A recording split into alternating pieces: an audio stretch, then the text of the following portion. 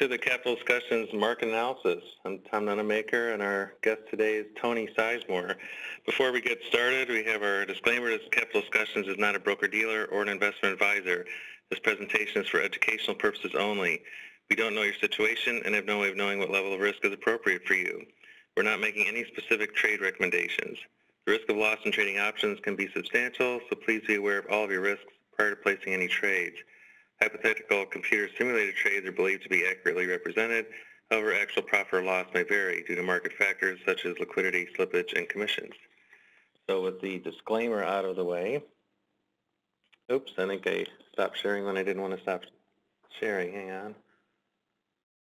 Okay, so Jim actually had a problem with his email and had a 4 o'clock meeting he didn't realize that he had until 4:02. So he was off driving to his meeting to be late, but he did want me to mention that the European Central Bank has decided that they're going to spend an extra $10 billion a month with a floating end date.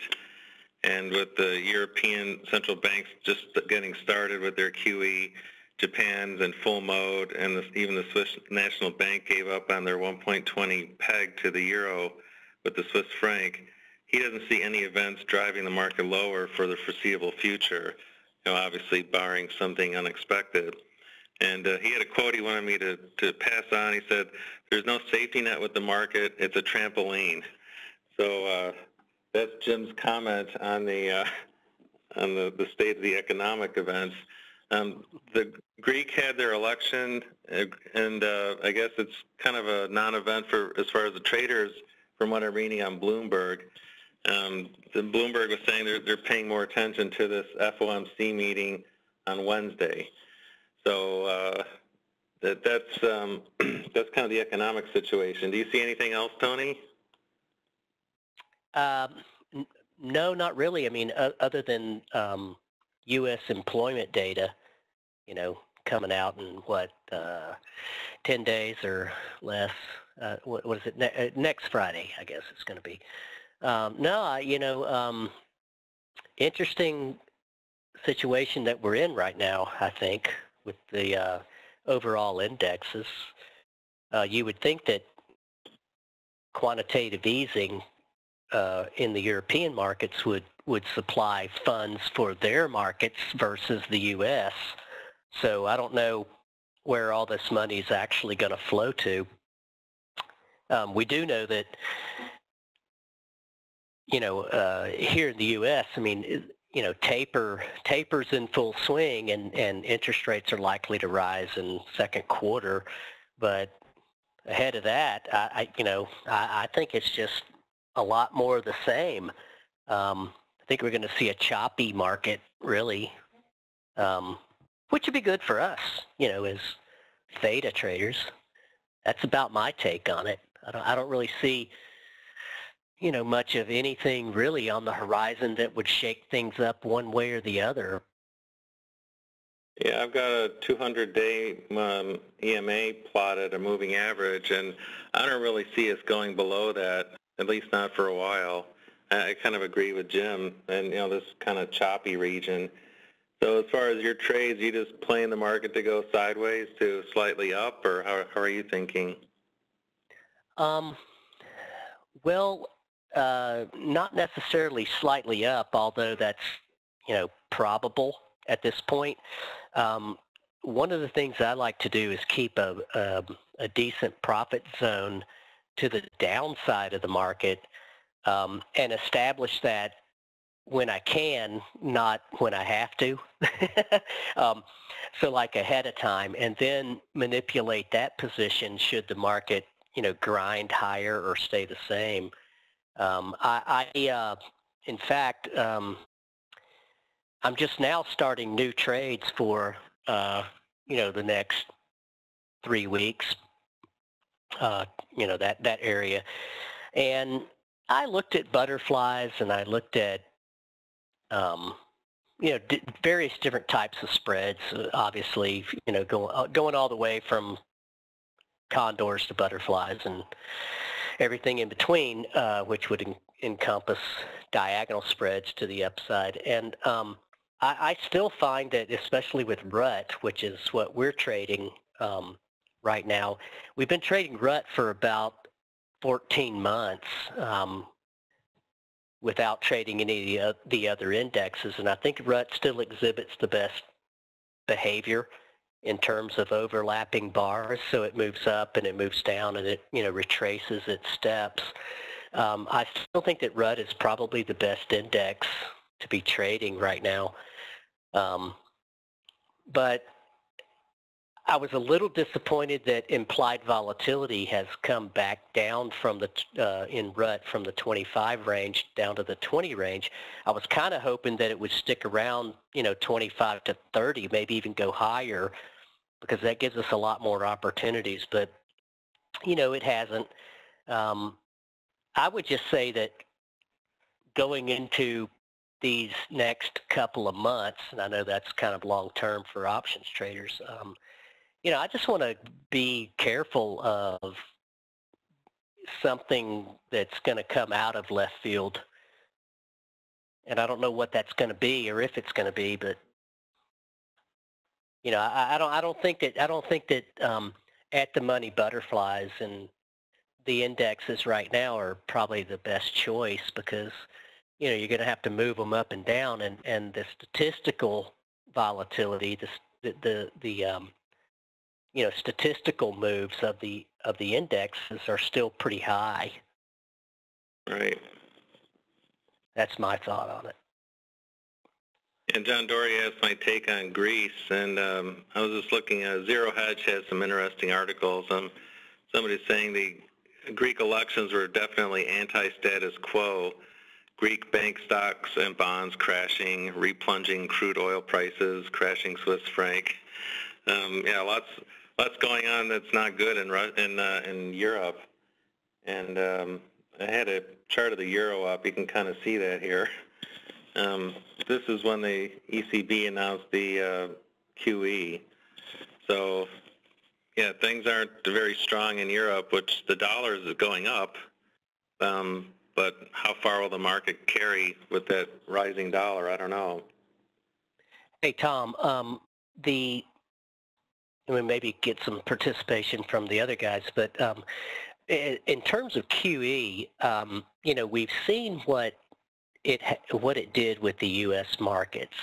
It basically bolstered the equity markets at the expense of the fixed income markets. In other words, savers. We've had, really low interest rates for a long time. Now, that's good for all of the people who, want to refi their house or buy, borrow money. Do you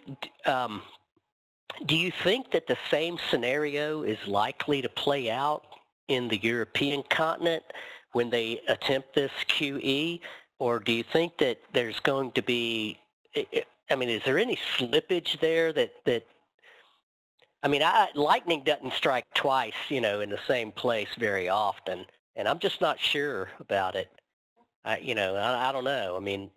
Obviously lower capital rates for banks, they can invest and people can borrow money, and typically that's good, but I don't know. I'm kind of confused about how it would play out in the EU versus over here, especially when we're coming into the tightening phase.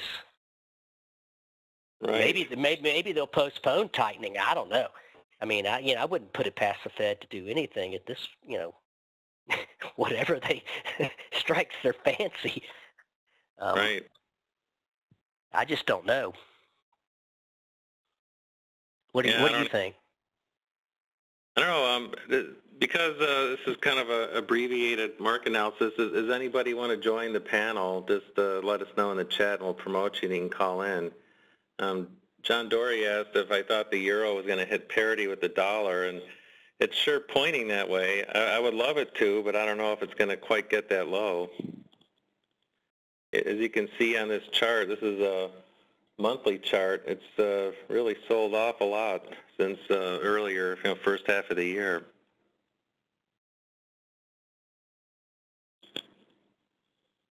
As far as technical analysis, it's hard to, there's no real pattern here. I mean, there's some support, but I don't really see a breakdown below 1150 on the RUT unless something really unusual happens.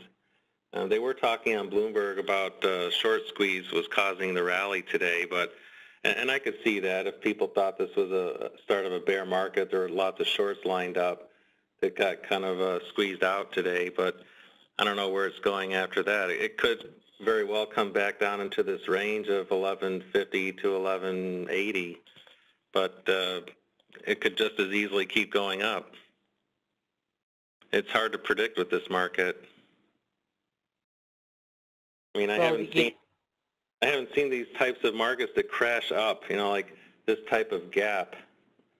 You know, and it's not just once that it does it. I think that, well, from a macro standpoint, it appears to me that the economy overall in the U.S. is doing better. I don't know if that's going to, you know, if this is the beginning of a long-term expansion or if it's just a rebound from, you know, lower levels. But just anecdotally, I mean, I can say that, you know, there's new houses being built. There's talk of raising the minimum wage. There's, I mean, interest rates are still low, and when they start to go higher, they're only going to go higher by 25 basis points. I mean, that's nothing. You know, Right. I remember the days when the Fed would just do a sudden announcement they were hiking or reducing by, you know, 1 full point, you know, 100 basis points. So I don't know. I think that as far as technical analysis and the market analysis goes, as far as me and, you know, the people that I speak with, I think that it's pretty much going to be what's right in front of you. I don't think that there's any reason to believe that there's going to be a sudden and protracted decline, and I don't think that there's going to be any catalyst for a major bull market either. So I think it's just going to, you know, gyrate within a range. Now, I guess the important thing as traders is, well, what's that range? If we can identify what that range is, then I think we're going to be ahead of the game. But I don't see anything major happening. I don't even think that, look, employment data, you know, coming up for February, you know, it's not going to be a shocker. It's not going to be a market moving event. So I don't see anything on the horizon, and maybe that's why I'm cautious, because I don't see anything. Tom says, Tony, your RUT chart is missing Thursday. Yeah, I know that because, am I sharing my screen? No, I'm sharing my screen. Yeah, my RUT chart is missing Well, if OptionView's had a problem with the RUT data since Thursday. This is the Interactive Brokers chart. Yeah, well, OptionView's, I haven't had actual full data from OptionView since Thursday afternoon. They have a problem with their vendor, evidently. Yeah, I saw the message. We do have a good indicator, though, from Paul. Paul said he's leaning long, so the market can go down now. Oh, good.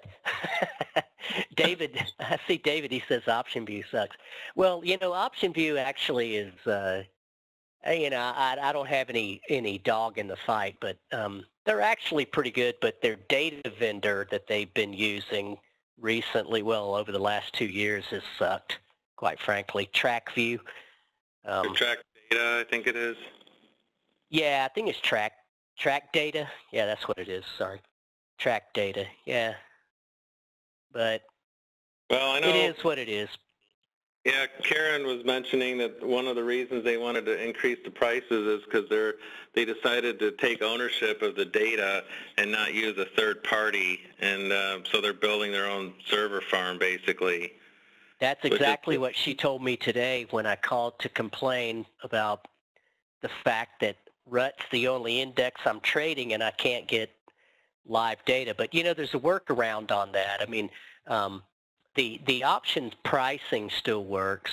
You just have to adjust the actual price of RUT. But still, we shouldn't have to do that. So I'm not defending them in that regard. I'm just saying that. Well, if you're using IB, which I know you are, you can use the broker quotes, and then you get the quotes from IB. So that's the way I get them. So, you know, what do you guys think about the volatility indexes? You know, do you think we're going to run back to the lows? Do you think we're going to keep this trajectory higher?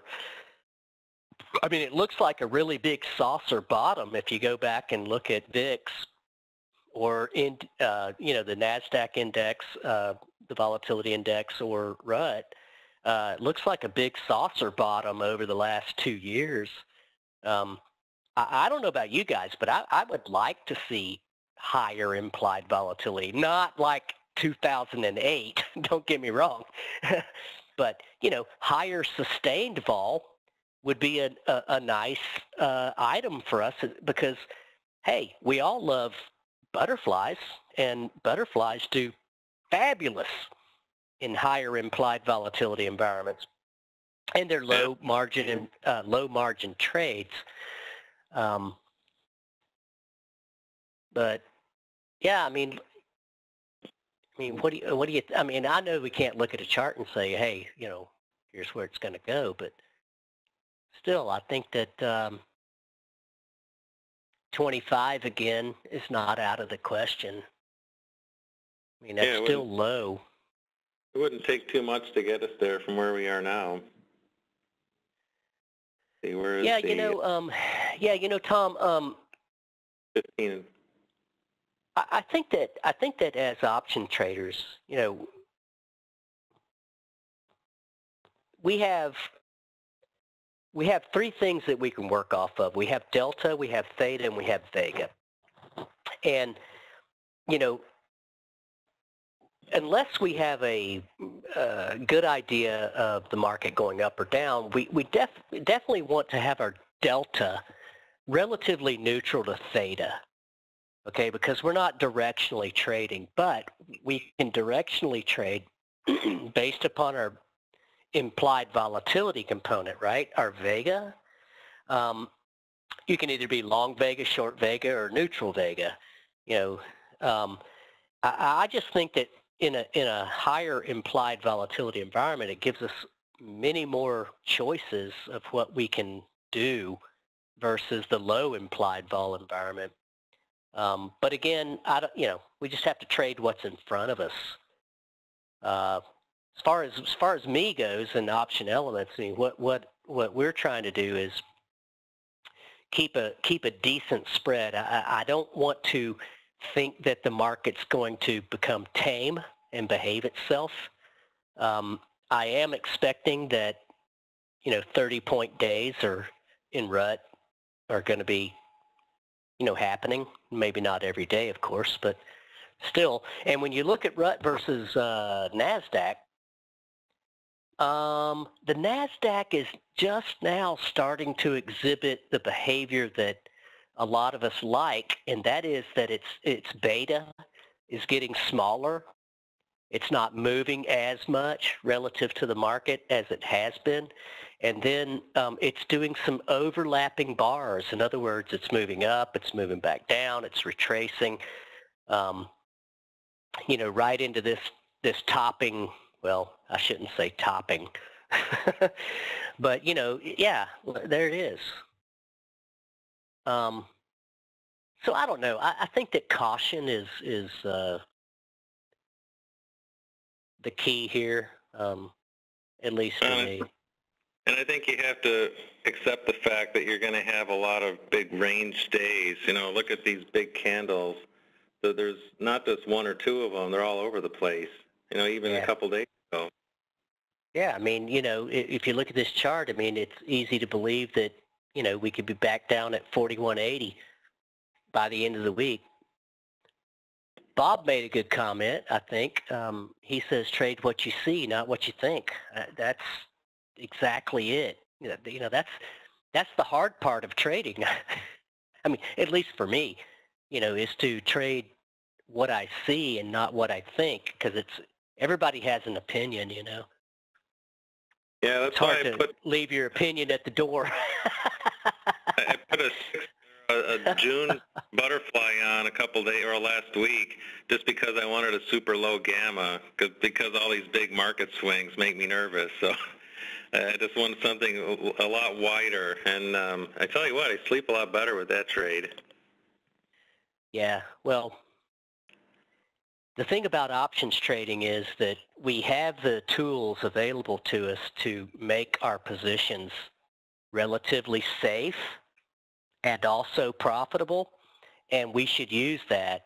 A lot of times, I've been guilty of this, I think every option trader has, is that we walk in our short strikes because we get impatient or we think the market's just going to consolidate or slow down or do whatever.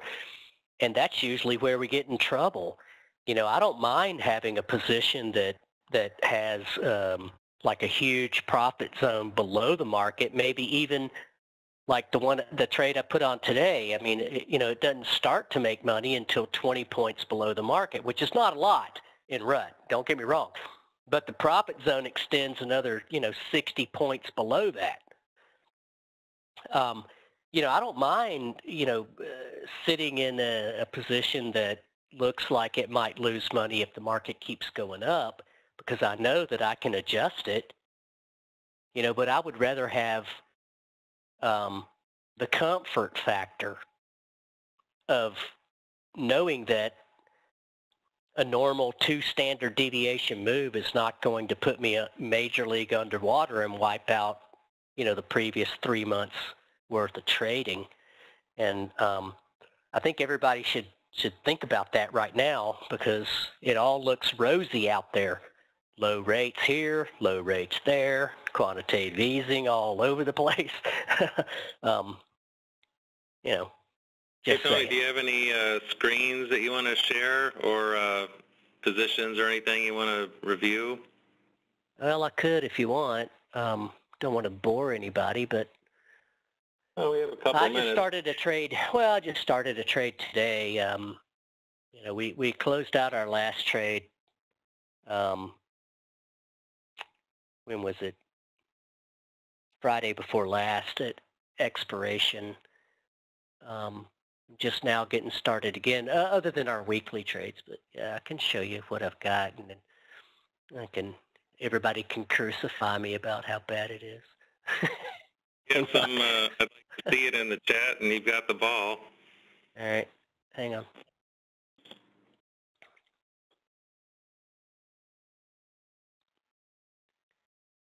Okay, can you see it? I can. All right, this is what I started just today. And basically what this trade is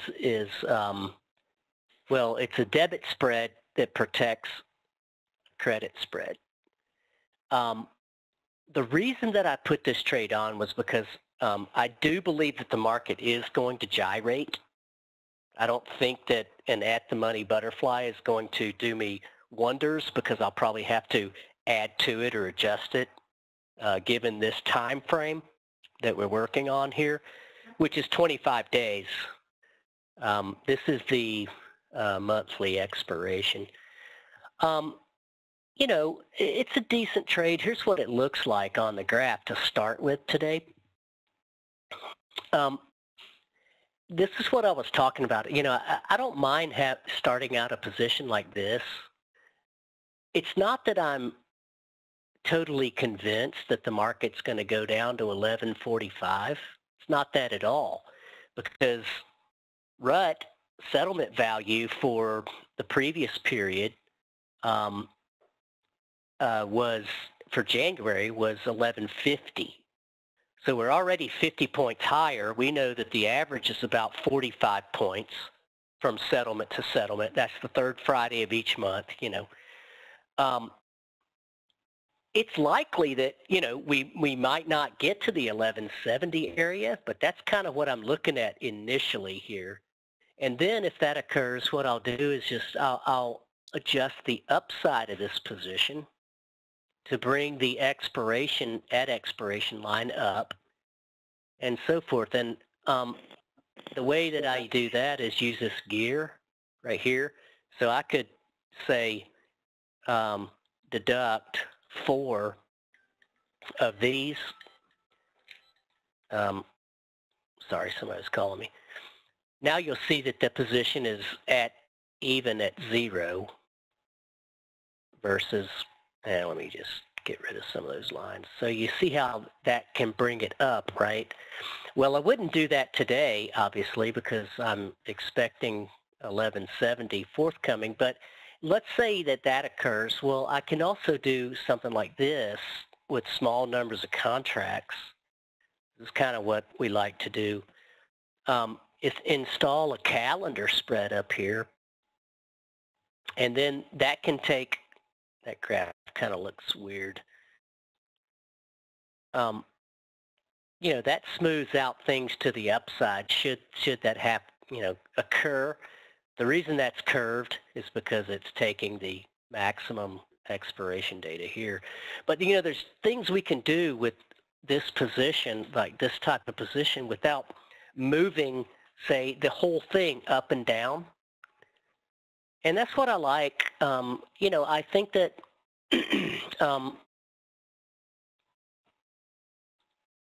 you know, I want to be prepared for this action, but at the same time, I also want to be cognizant of the fact that if it keeps going up, I'll lose money.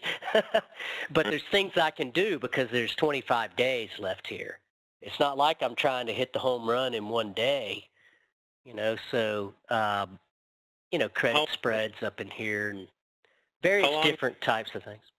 How long will you wait before you start moving that upside expiration above 0?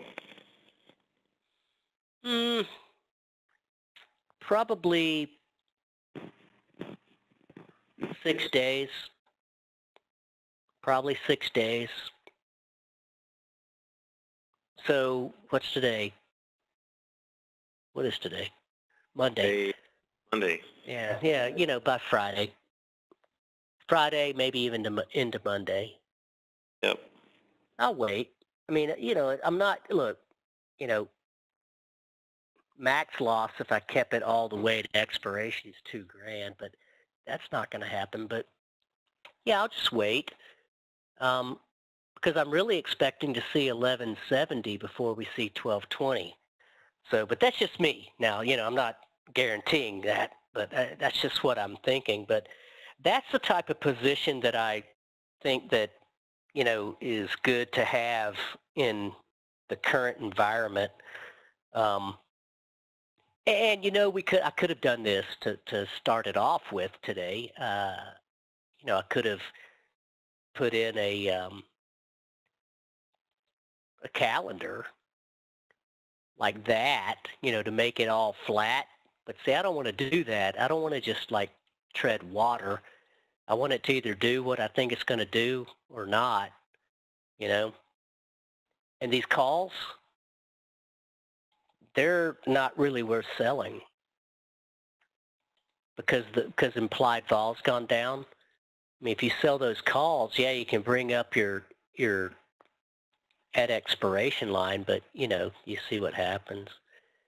So, you know, this is one of those trades that is, it definitely is not a trade that ends up the way that it looks right now. It's just the start, you know, the start of it. And there's so much you can do with these type trades versus like butterflies. I mean, I love butterflies. I really do. But the fact of the matter is that if they're at the money and they don't pay off within the first 2 weeks, you're likely to have to add another butterfly or move it up or move it down. And it's such a negative Vega trade that, you know, you could get caught on the, you know, on the wrong side of the pony, so to speak. Right. So yeah, that's what we have here. So, you know, it's probably unusual. How did you choose 18 and 40? Just a ratio, Ray. It was just a ratio to um, get it to where I wanted it to be. No rhyme or reason to it. 20 would have been too much, but 18 was just right. Kind of like Goldilocks. So yeah, that's what I have going on, Tom. I don't have anything else other than our RUT weekly trades that we do every week, which are doing fine. That's another topic for another day. But yeah, that's, this is kind of my thought. But I'm thinking about moving back into the NASDAQ. Actually, the NASDAQ's my favorite index, really, and that's because it's it's got good and bad. It's got a lot of slippage. Usually slippage is bad, right? But it can also be good for the patient trader. Let somebody else's slippage, come your way. So I kind of like that. But yeah, that's all I got. SPX a couple weeks ago, I got filled like 20 cents better than the mid price on something. Somebody really wanted that vertical spread. Right. Well, that happens. So, well, as far as I want to thank you for having me on for the market analysis. I didn't mean to just start talking about my own ideas, but since you asked, we're all interested. Always a pleasure to have you on, and yeah, we don't want to keep everybody too long. Basically, like Jim said, the central banks of the world have turned on the printing presses, so he doesn't really see much that's going to move the market lower. So hopefully we can get down to Tony's 1170 on the RUT, but Paul's leaning long, so watch out below. So, well, that's what makes a market, But yeah, I mean, I guess the interesting thing about it is, and I don't know how other people think about this, but it seems to me like there's a calm before the storm in a way. I don't know. I mean, it's not that I'm not a perpetual bear or anything like that, but it just seems to me that I don't know. I don't know what's going to happen when mortgage rates go up a full 150 basis points. And all the new construction that's going on. I don't think it's going to happen overnight, of course. I think, it's going to be a quarter point at a time, but still, just don't know. I guess that's what makes a market. Absolutely. Uncertainty makes a market. So with that, thanks again, Tony, for joining us and everyone, and good luck keeping up with the markets. Don't get too heavy on gamma with these big swings. And we'll see you next week. And other things this week, like Amy Meisner is going to be on tomorrow. And I think, Tony, you're coming on Thursday, right, for the roundtable? Am I? Okay. Yeah, remember you're going to talk about tips and tricks, execution. Oh, yeah, right. That's right. Yeah, tips and tricks with execution. Yeah, okay. So don't forget. I'm going to write it down right now. All right, everyone. We'll see you in other meetings this week. Okay. Good night, everybody. Bye-bye.